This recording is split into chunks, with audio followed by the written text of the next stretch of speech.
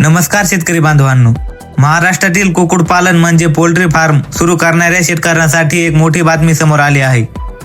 मुख्यमंत्री ग्रामीण पशुधन उद्योजकता विकास योजनेअंतर्गत कुक्कुटपालन व्यवसाय सुरू करण्यासाठी सुमारे 22 लाख अनुदान मिळणार आहे। या योजनेचा लाभ कोणाला मिळू शकतो? या योजनेचा लाभ घेण्यासाठी शासनाने सांगितलेल्या सर्व अटी पूर्ण असणे आवश्यक आहे। नेमका अर्ज कुठे करायचा? PMDDP स्कीम या पोर्टलवर तुम्ही जाऊन अर्ज करू शकता आणि अर्जासाठी लागणारे कागदपत्रे आधार कार्ड, बँक खाते, रहिवासी प्रमाणपत्र, 7/12, पासपोर्ट साइज 2 फोटो, जात प्रमाणपत्र आणि प्रोजेक्टची रिपोर्ट ही सर्व कागदपत्रे तुमच्याकडे असणे आवश्यक आहे। अर्ज कसा करायचा? यासाठी सर्वप्रथम संबंधित विभागाची अधिकृत अर्ज प्रक्रिया आणि अर्जाची सुरुवात झाल्याची माहिती तपासा।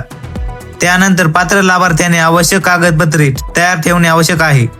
प्रोजेक्टची रिपोर्ट आणि इतर कागदपत्रे सादर केल्यानंतर संबंधित विभागाकडून अर्जाची तपासणी केली जाऊ शकते। तुमचा अर्ज मंजूर झाल्यानंतर तुम्हाला 2 टप्प्यामध्ये अनुदान दिले जाते। पहिला टप्पा म्हणजे तुमचे जेव्हा कुक्कुटपालनाचे शेड बांधकाम पूर्ण होते तेव्हा तुम्हाला पहिला हप्ता मिळतो।